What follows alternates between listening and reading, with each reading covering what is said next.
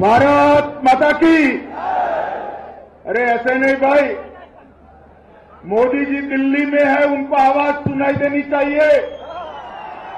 मेरे साथ दोनों हाथ ऊपर कर कर परिवर्तन के आक्रोश के साथ बोलिए, भारत माता की, भारत माता की।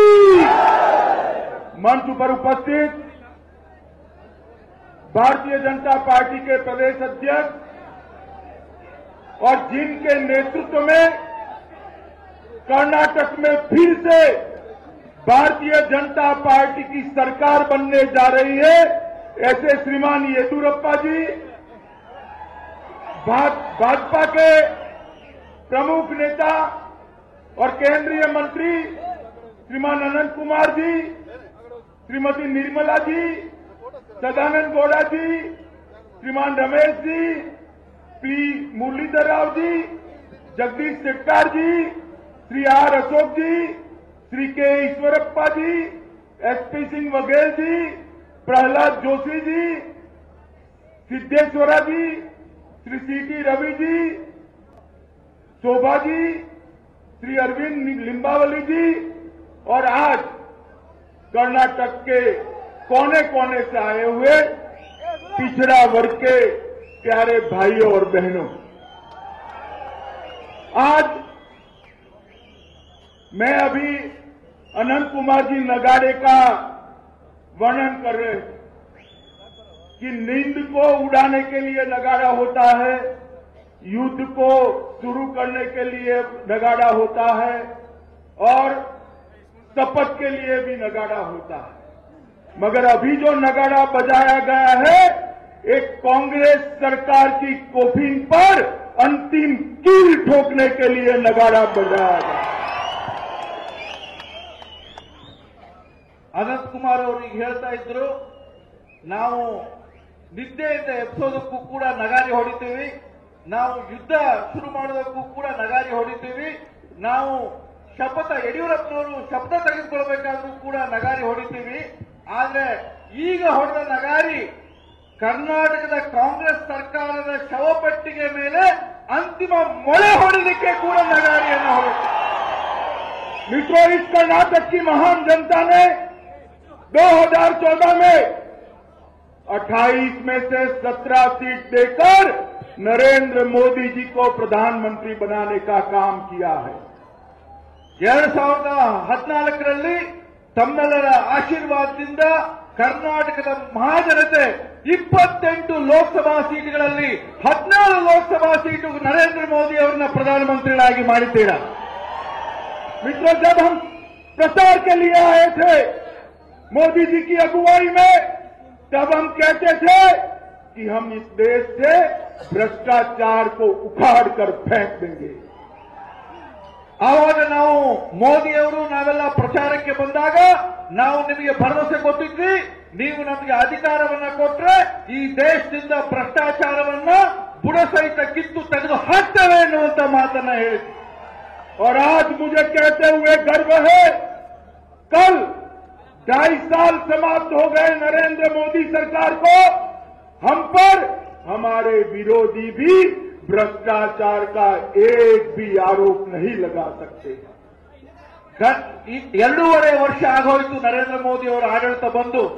ಆದರೆ ಈ 2.5 ವರ್ಷದಲ್ಲಿ ಕೇಂದ್ರದ ಮೋದಿ ಸರ್ಕಾರದ ಬಗ್ಗೆ ನಮ್ಮ ಘೋರ ವಿರೋಧಿಗಳು ಕೂಡ ಒಂದೇ ಒಂದು ಭ್ರಷ್ಟಾಚಾರದ ಆರೋಪವನ್ನು ಮಾಡಲಿಕ್ಕೆ ಸಾಧ್ಯ ಇಲ್ಲ.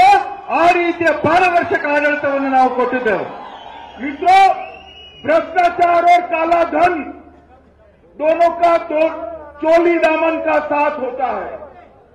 ಭ್ರಷ್ಟಾಚಾರ ಮತ್ತು ಕಪ್ಪು ಹಣ ಇದು ಯಾವಾಗಲೂ ಒಟ್ಟಿಗೆ ಹೋಗುತ್ತೆ. ये पूरा विपक्ष कांग्रेस, सपा, बसपा, सारे के सारे, ममता, अरविंद केजरीवाल 7 तारीख तक, 7 नवंबर तक मोदी जी को पूछते थे, मोदी जी काले धन के लिए आपने क्या किया? और 8 तारीख को रात को 12 बजे के बाद पूछते हैं, मोदी जी काले धन के लिए आपने क्यों किया? ಈ ಕಾಂಗ್ರೆಸ್ನವರು, ಸಮಾಜವಾದಿ ಪಾರ್ಟಿಯವರು, ಬಹುಜನ ಸಮಾಜವಾದಿ ಪಾರ್ಟಿಯವರು, ಮಮತಾ ಬ್ಯಾನರ್ಜಿ ಅವರು, ಅರವಿಂದ್ ಕೇಜ್ರಿವಾಲ್ ಅವರು ಇವರೆಲ್ಲ ಕೂಡ 7ನೇ ತಾರೀಕು ಸಾಯಂಕಾಲ ತನಕ ಕೇಳ್ತಾ ಇದ್ರು, ಮೋದಿ ಅವರೇ ಕಪ್ಪು ಹಣ ಎಲ್ಲಿ, ಕಪ್ಪು ಹಣ ಎಲ್ಲಿ, ಅದನ್ನ ಯಾವಾಗ ತರ್ತೀರಾ ಅಂತ. 8ನೇ ತಾರೀಕು ರಾತ್ರಿ 12 ಗಂಟೆ ಆದ ನಂತರ ಕೇಳಕ್ ಶುರು ಮಾಡಿದ್ರು, ಮೋದಿ ಅವರೇ ಕಪ್ಪು ಹಣದ ಬಗ್ಗೆ ಯಾಕೆ ಮಾಡಿದ್ರಿ ಅಂತ ಕೇಳ್ತಾ ಇದ್ರು. मित्रों, कर्नाटक की जनता बताए, कोई गरीब के पास काला धन होता है क्या? बताइए, होता है?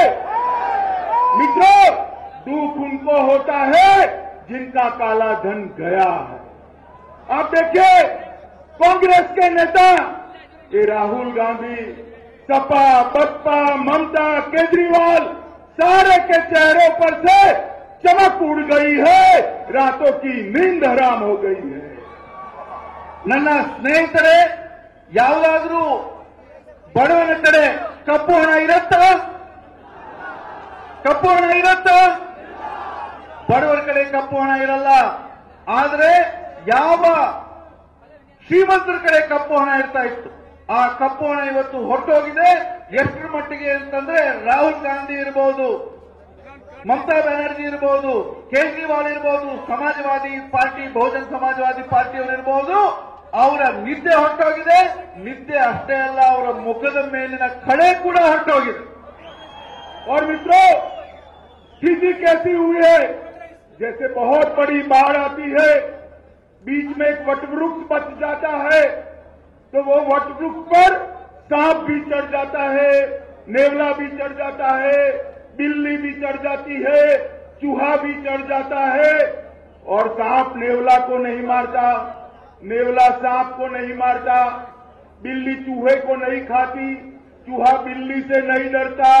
सब लोग नीचे बाढ़ को देखते हैं, जब कब पानी निकल जाए और हम नीचे आए। ये नोटबंदी का जो बाढ़ हुआ है ना, उसमें कांग्रेस, सपा, बसपा, ममता, केजरीवाल सब नरेंद्र मोदी की बाढ़ से बचकर एक पेड़ पर चढ़ गए हैं, सब इकट्ठा हो गए हैं। ಯಾವಾಗ ಮಹಾಪ್ರವಾಹ ಬರುತ್ತೆ, ನೆರೆ ಬರುತ್ತೆ, ಆವಾಗ ಆ ಪ್ರವಾಹದಲ್ಲಿ ಒಂದು ದೊಡ್ಡ ವಟವೃಕ್ಷ ಮಾತ್ರ ಉಳ್ಕೊಳ್ಳುತ್ತೆ. ಆವಾಗ ಜೀವ ಬದುಕಿಸ್ಕೊಳ್ಬೇಕು ಅಂತೇಳಿ ಹಾವು, ಮುಂಗ್ಸಿ, ಇಲಿ, ಬೆಕ್ಕು, ಚೇಳು ಎಲ್ಲವೂ ಕೂಡ ಗಿಡ ಹತ್ತಿ ರಕ್ಷಣೆ ಮಾಡ್ಕೊಳ್ಳಕ್ಕೆ ಪ್ರಯತ್ನ ಮಾಡ್ತವೆ. ಆವಾಗ ಹಾವು ಮುಂಗ್ಸಿ ತಿನ್ನಲ್ಲ, ಹಾವು ಮುಂಗ್ಸಿ ಹಾವನ್ನು ಹೊಡೆಯೋದಿಲ್ಲ, ಇಲಿಯನ್ನು ಬೆಕ್ಕು ತಿನ್ನಲ್ಲ, ಎಲ್ಲರೂ ಒಟ್ಟಿಗೆ ಇರ್ತಾರೆ. ಹಾಗೆ ನರೇಂದ್ರ ಮೋದಿ ಅವರ ಕಪ್ಪು ಹಣದ ವಿರುದ್ಧ ಹೋರಾಟ ಅನ್ನುವಂತ ಮಹಾಪೂರ ಬಂದಿದ್ದರಿಂದ ಈ ಸಮಾಜವಾದಿ party, Bahujan Samajwadi party, Congress party, Mamata, Kejriwal ಎಲ್ಲ ಗಿಡ ಹತ್ತಿ ನರೇಂದ್ರ ಮೋದಿ ಅವರ ಈ ಮಹಾಪ್ರವಾಹದಿಂದ ರಕ್ಷಣೆ ಮಾಡಿಕೊಳ್ಳಿಕ್ಕೆ ಪ್ರಯತ್ನ ಮಾಡ್ತಾ ಇದ್ದಾರೆ. मित्रों, इस मंच पर से मैं बिहार के मुख्यमंत्री श्रीमान नीतीश कुमार का विशेष अभिनंदन करना चाहता हूं, क्योंकि उन्होंने मोदी जी की काले धन के खिलाफ जो लड़ाई है उसका समर्थन किया है। मैं इस सार्वजनिक मंच से श्री नीतीश कुमार का हृदय से अभिनंदन करता हूं कि काले धन की लड़ाई में इन्होंने मोदी जी का साथ दिया है। ಈ ಒಂದು ವಿಶಾಲ ವೇದಿಕೆಯಿಂದ ಬಿಹಾರದ ಮುಖ್ಯಮಂತ್ರಿಗಳಾದಂತಹ ನಿತೀಶ್ ಕುಮಾರ್ ಅವರಿಗೆ ನಾನು ಬಿಜೆಪಿಯ ರಾಷ್ಟ್ರೀಯ ಅಧ್ಯಕ್ಷನಾಗಿ ಹೃತ್ಪೂರ್ವಕವಾದಂತಹ ಅಭಿನಂದನೆಗಳನ್ನು ಕೊಡ್ತಾ ಇದ್ದೇನೆ. ಆ ಅಭಿನಂದನೆಗಳನ್ನು ಯಾಕೆ ಕೊಡ್ತಾ ಇದ್ದೇನೆ ಅಂತಂದ್ರೆ, ನರೇಂದ್ರ ಮೋದಿ ಅವರು ಭ್ರಷ್ಟಾಚಾರ ಮತ್ತು ಕಪ್ಪು ಹಣದ ವಿರುದ್ಧ ಏನೊಂದು ಹೋರಾಟವನ್ನು ಮಾಡ್ತಾ ಇದ್ದಾರೆ, ಆ ಹೋರಾಟಕ್ಕೆ ನಿತೀಶ್ ಕುಮಾರ್ ಅವರು ಸಂಪೂರ್ಣ ಬೆಂಬಲವನ್ನು ಕೊಡ್ತಾ ಇದ್ದಾರೆ. ಆದ್ದರಿಂದ ಅವರಿಗೆ ನಾನು ಹೃದಯ ತುಂಬಿ ಅಭಿನಂದನೆಗಳನ್ನು ಕೊಡ್ತಾ ಇದ್ದೇನೆ. मित्रों, भारतीय जनता पार्टी की सरकार ने 2.5 साल में ढेर सारी योजनाओं लेकर आई और ये सारी योजनाएं गरीब के लिए है, पिछड़ा वर्ग के लिए है, किसान के लिए है, गांव के लिए है, मगर ये योजनाएं आप तक नहीं पहुंच रही। इसलिए नहीं पहुंच रही है क्योंकि एक ऐसी निकम्मी सरकार यहां पर बैठी है जो योजनाओं को नीचे तक नहीं पहुंचने देती। ಕಳೆದ 2.5 ವರ್ಷದಲ್ಲಿ ನರೇಂದ್ರ ಮೋದಿ ಸರ್ಕಾರ ಈ ದೇಶದ ಬಡವರ ಸಲುವಾಗಿ, ಈ ದೇಶದ ಹಿಂದುಳಿದ ವರ್ಗದ ಸಲುವಾಗಿ ಅನೇಕ ಯೋಜನೆಗಳನ್ನು ತಂದಿದೆ. ಆದರೆ ಆ ಯೋಜನೆಗಳು ದೇಶದ ಮೂಲೆ ಮೂಲೆಯಲ್ಲಿ ತಲುಪ್ತಾ ಇದ್ರು ಕೂಡ ಕರ್ನಾಟಕದಲ್ಲಿ ತಲುಪ್ತಾ ಇಲ್ಲ. ಯಾಕೆ ಕರ್ನಾಟಕದಲ್ಲಿ ತಲುಪ್ತಾ ಇಲ್ಲ ಅಂತಂದ್ರೆ ಏನೂ ಕೆಲಸ ಮಾಡದೇ ಇರುವಂತ ಒಂದು ನಿರುಪಯೋಗಿ ಸರ್ಕಾರ ಸಿದ್ದರಾಮಯ್ಯನವರ ಸರ್ಕಾರ. ಮೋದಿ ಯೋಜನೆಗಳು ನಿಮಗೆ ತಲುಪದೇ ಇರೋ ರೀತಿಯಲ್ಲಿ ಅಡ್ಡಿಯನ್ನ ಮಾಡ್ತಾ ಇದೆ. मित्रों, देश में से कई राज्यों में से और केंद्र सरकार में से भ्रष्टाचार को भारतीय जनता पार्टी ने उखाड़ कर फेंक दिया है। मगर यहां के मुख्यमंत्री, मैं यहां के मुख्यमंत्री की बात करना चाहता हूं। मित्रों, जब भी कहीं पर देश में काला धन की बात आती है, किसके यहां छापे पड़ते हैं, इनका जिक्र जरूर होता है। देश में सर्वाधिक भ्रष्ट सरकार अगर किसी एक प्रांत में है तो कर्नाटक में है। उखाड़ कर फेंक दीजिए इस भ्रष्टाचारी सरकार को। ಕಳೆದ 2.5 ವರ್ಷದಲ್ಲಿ ಬೇರೆ ಬೇರೆ ರಾಜ್ಯದಲ್ಲಿ ಕೇಂದ್ರದ ವ್ಯವಸ್ಥೆಯಲ್ಲಿ ಏನು ಭ್ರಷ್ಟಾಚಾರ ಇತ್ತು ಅದನ್ನು ನಾವು ಸಂಪೂರ್ಣವಾಗಿ ನಾಶ ಮಾಡಲಿಕ್ಕೆ, ನಿರ್ಮೂಲನೆ ಮಾಡಲಿಕ್ಕೆ ಪ್ರಯತ್ನ ಮಾಡ್ತಾ ಇದ್ದೇವೆ. ಆದರೆ ಎಲ್ಲೆಲ್ಲಿ ಈ ರೀತಿ ಪ್ರಯತ್ನ ನಾವು ಮಾಡ್ತೇವೆ, ಕಪ್ಪು ಹಣದ ಬಗ್ಗೆ ಕ್ರಮ ತೆಗೆದುಕೊಳ್ತೇವೆ, ಭ್ರಷ್ಟಾಚಾರದ ಬಗ್ಗೆ ಕ್ರಮ ತೆಗೆದುಕೊಳ್ತೇವೆ, ಆವಾಗ ಕರ್ನಾಟಕ ಸರ್ಕಾರದ ಒಂದು ಚರ್ಚೆಯಲ್ಲಿ ಬಂದೇ ಬರುತ್ತೆ. ಇವತ್ತು ದೇಶದಲ್ಲಿ ಅತ್ಯಂತ ಭ್ರಷ್ಟ ಸರ್ಕಾರ ಯಾವುದಾದ್ರೂ ರಾಜ್ಯದಲ್ಲೇ ಇದೆ ಅಂತಂದ್ರೆ ಅದು ಸಿದ್ದರಾಮಯ್ಯನವರ ನೇತೃತ್ವದ ಕಾಂಗ್ರೆಸ್ ಸರ್ಕಾರ. ಈ ಸರ್ಕಾರವನ್ನ ಕಿತ್ತಸಿರಿ ಎನ್ನುವಂತ ಒಂದು ಕರೆಯನ್ನು ನಾನು ಕೊಡ್ತಾ ಇದ್ದೇನೆ. मित्रों, नरेंद्र मोदी सरकार ने हर 15 दिन में गरीबों के लिए, पिछड़ों के लिए, किसान के लिए, युवाओं के लिए, महिलाओं के लिए एक योजना लेकर आए। मेरे पास पूरी योजनाओं की सूची है। मैं आपके सामने योजनाओं की सूची पढ़ूंगा। आपको लगे बहुत हो गया तो मुझे रोक लीजिएगा। मैं सूची पढ़ूं आपके सामने? पक्का? प्रधानमंत्री जन धन योजना, प्रधानमंत्री आवास योजना, सुकन्या समृद्धि योजना, प्रधानमंत्री मुद्रा बैंक योजना, प्रधानमंत्री सुरक्षा बीमा योजना, अटल पेंशन योजना, आदर्श ग्राम योजना, फसल बीमा योजना, ग्राम सिंचाई योजना, गरीब Kalyan Yojana, make in India, स्वच्छ भारत अभियान, सॉइल हेल्थ कार्ड, कृषि बाजार ई मंडी, परंपरागत कृषि विकास योजना, डिजिटल योजना, स्किल इंडिया, बेटी बचाओ बेटी पढ़ाओ, प्रधानमंत्री विद्या लक्ष्मी योजना, पंडित मनोज मोहन मालवीय शिक्षण प्रशिक्षण, इंद्रधनुष योजना, सस्ती दवाओं की योजनाएं, दीनदयाल ग्राम ज्योति योजना। अरे भाई, अभी तो मैं आधे भी नहीं पहुंचा हूं। 92 से ज्यादा योजनाएं इस देश के गरीब और युवाओं के लिए, इस देश के पिछड़ा समाज के लिए नरेंद्र मोदी लेकर आए। ಕಳೆದ 2.5 ವರ್ಷದಲ್ಲಿ ಈ ದೇಶದ ರೈತರು, ಕೃಷಿ ಕಾರ್ಮಿಕರು, ಬಡವರು, ದಲಿತ ಬಂಧುಗಳು, ಹರಿಜನ ಗಿರಿಜನ ಬಾಂಧವರು, ಹಿಂದುಳಿದ ವರ್ಗದವರು, ಶೋಷಿತರು, ನಿರುದ್ಯೋಗಿ ಯುವಕರು, ಮಹಿಳೆಯರು, ಈ ಎಲ್ಲ ರೀತಿಯ ಜನರ ಸಲುವಾಗಿ ನರೇಂದ್ರ ಮೋದಿ ಅವರು 10 ಹಲವು ಯೋಜನೆಗಳನ್ನು ತಂದಿದ್ದಾರೆ. ಆ ಎಲ್ಲ ಯೋಜನೆಗಳನ್ನು ನಾನು ಓದ್ತೇನೆ. ಆ ಎಲ್ಲ ಯೋಜನೆಗಳನ್ನು ನಾನು ಓದ್ತಾ ಇರಬೇಕಾದಾಗ ಹೌದಪ್ಪ ಸಾಕು ಇಷ್ಟೊಂದು ತಂದಿದ್ದಾರಲ್ಲ ಅಂತ ಅಂದಾಗ ನೀವು ಕೈ ಎತ್ತಿ. ಈಗಾಗಲೇ ಅರ್ಧಕ್ಕೂ ನಾನು ಮುಗಿಸಿಲ್ಲ, ಅಷ್ಟಕ್ಕೆ ಕೈ ಎತ್ತಿದ್ದೀರಿ. ಒಟ್ಟು ನರೇಂದ್ರ ಮೋದಿ ಅವರು ಈ ದೇಶದ ಬಡವರು, ಹಿಂದುಳಿದವರ ಸಲುವಾಗಿ 54 ಯೋಜನೆಗಳನ್ನ ಕಳೆದ 2.5 ವರ್ಷದಲ್ಲಿ ತಂದಿದ್ದಾರೆ. ಕನ್ನಡದಲ್ಲೂ ಓದಬೇಕಾ? ಆ ಹೆಸರನ್ನ ಕನ್ನಡದಲ್ಲೂ ಓದಬೇಕಾ? मित्रों, सिर्फ मुद्रा बैंक योजना, स्टार्टअप और स्टैंड अप के माध्यम से 4 करोड़ युवाओं को 2 साल के अंदर रोजगारी देने का काम भारतीय जनता पार्टी की मोदी सरकार ने किया है। और मैं आपको बताना चाहता हूं, मुद्रा बैंक में रोजगारी प्राप्त करने वालों में 60% से ज्यादा पिछड़ा वर्ग के युवा शामिल है। मित्रों, पिछड़ा वर्ग के युवा शामिल है। ಕಳೆದ 2.5 ವರ್ಷದಲ್ಲಿ ಮುದ್ರಾ ಬ್ಯಾಂಕ್ ಯೋಜನೆ ಮುಖಾಂತರವಾಗಿ 4 ಕೋಟಿ ಯುವಕರಿಗೆ ಅವರಿಗೆ ಸಾಲ ಸೌಲಭ್ಯವನ್ನು ಕೊಟ್ಟು ಉದ್ಯೋಗದ ಭರವಸೆಯನ್ನು ಕೊಡಲಾಗಿದೆ. ಈ 4 ಕೋಟಿ ಜನ ಏನು ಯುವಕರಿಗೆ ಹೊಸ ಬಾಳಿನ ಭರವಸೆ ಸಿಕ್ಕಿದೆ, ಉದ್ಯೋಗದ ಭರವಸೆ ಸಿಕ್ಕಿದೆ. ನನಗೆ ಹೇಳಲಿಕ್ಕೆ ಬಹಳ ಹೆಮ್ಮೆ ಅನ್ಸುತ್ತೆ. ಅದರಲ್ಲಿ 60% ಅಂದ್ರೆ 3 ಕೋಟಿ ಜನ ಅದು ಹಿಂದುಳಿದ ವರ್ಗದವರಿಗೆ ಸೇರಿದವರಿಗೆ ಸಿಕ್ಕಿದೆ ಅಂತ. मित्रों, नरेंद्र मोदी जी की अगुवाई में देश द्रुत गति से बहुत स्पीड से आगे बढ़ रहा है। आज दुनिया में सबसे तेज बढ़ती हुई अर्थव्यवस्था ये भारत की अर्थव्यवस्था है। मोदी जी जहां भी जाते हैं दुनिया भर में, चाहे वो अमेरिका जाए, लंका जाए, जापान जाए, रशिया जाए, चीन जाए, ब्रह्मदेश जाए, भूटान जाए, नेपाल जाए, हर जगह पे उनके स्वागत में हजारों हजारों का हुजूम पीटता है। मित्रों, ये हजारों की जो भीड़ उमड़ रही है वो नरेंद्र मोदी का स्वागत नहीं है, वो भारतीय जनता पार्टी का स्वागत नहीं है, वो देश की 125 करोड़ जनता का स्वागत है, कर्नाटक की जनता का स्वागत है। ಕಳೆದ 2.5 ವರ್ಷದಲ್ಲಿ ಇಡೀ ಜಗತ್ತಿನಾದ್ಯಂತ ಭಾರತದ ಆರ್ಥಿಕ ವ್ಯವಸ್ಥೆ ಇವತ್ತು ನಾಗಾಲೋಟದಿಂದ ಮುಂದೆ ಸಾಗ್ತಾ ಇದೆ.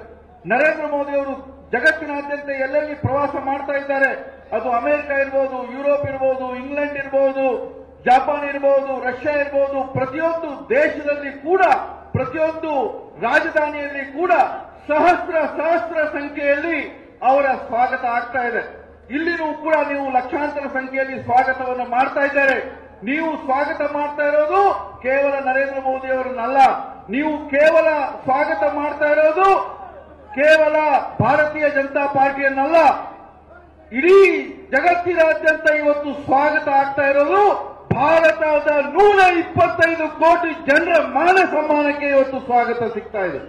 मित्रों, ये 5 साल के अंदर कर्नाटक काफी पिछड़ गया। एक बार यहां पर फिर से येदियुरप्पा जी के नेतृत्व में भारतीय जनता पार्टी की सरकार बनाई है। कर्नाटक देश में सबसे विकसित राज्य 5 साल के अंदर हम बनाएंगे। ಕಳೆದ 5 ವರ್ಷದಲ್ಲಿ ಕಾಂಗ್ರೆಸ್ ಆಡಳಿತದಲ್ಲಿ, ದುರಾಡಳಿತದಲ್ಲಿ ಕರ್ನಾಟಕ ಬಹಳ ಹಿಂದೆ ಹೋಗಿದೆ. ನಾನು ನಿಮ್ಮಲ್ಲಿ ವಿನಂತಿಯನ್ನು ಮಾಡಿಕೊಳ್ತಾ ಇದ್ದೇನೆ, ಯಡಿಯೂರಪ್ಪನವರ ನೇತೃತ್ವದಲ್ಲಿ ಬಿಜೆಪಿಯ ಸರ್ಕಾರವನ್ನು ಇಲ್ಲಿ ರಚನೆಯನ್ನು ಮಾಡಿ ತಮ್ಮ ಆಶೀರ್ವಾದದಿಂದ ಮುಂಬರುವಂತ 5 ವರ್ಷದಲ್ಲಿ ಕರ್ನಾಟಕವನ್ನು ಇಡೀ ಭಾರತದ ಅತ್ಯಂತ ಅಭಿವೃದ್ಧಿಶೀಲ ರಾಜ್ಯವನ್ನಾಗಿ ನಾವು ಮಾಡ್ತೇವೆ ಎನ್ನುವಂತ ಒಂದು ಭರವಸೆಯನ್ನು ನಾನು ಕೊಡ್ತಾ ಇದ್ದೇನೆ. आप बताइए, भारतीय जनता पार्टी की सरकार कर्नाटक में आप बताएं, बनाएंगे? जोर से बोले, बनाएंगे? येदियुरप्पा जी के नेतृत्व में भाजपा को जिताएंगे? नरेंद्र मोदी के हाथ मजबूत करेंगे? इस कांग्रेस सरकार को उखाड़ कर फेंक देंगे? तो मेरे साथ दोनों हाथ ऊपर उठाकर परिवर्तन के आक्रोश के साथ, परिवर्तन के गुस्से के साथ बोलिए, भारत माता की, भारत माता की, भारत माता की, वंदे मातरम।